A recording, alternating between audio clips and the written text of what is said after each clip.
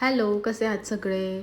तर आता फ्रेश अशी मॉर्निंग सकाळी सकाळी अंघोळ घातली शिवांशे आणि त्याला असं टी व्हीवर काहीतरी फेवरेट चालू असलं ना की मज्जा येते बघायला. आणि हे चॅनल जे आहे का, जे लहान मुलांना बऱ्याचशा गोष्टी शिकवतं, कलर नंबर सगळं काही. आणि ते शिवांशला खूप जास्त आवडतं. आज मी ही ज्वारीच्या पिठाची पेज बनवली होती आणि याची रेसिपीसुद्धा शेअर केली आहे आणि ती शिवांशला आवडली, मग मी रिपीट केली आज. कारण म्हटलं जोपर्यंत पीठ आहे तोपर्यंत करून घ्यावं.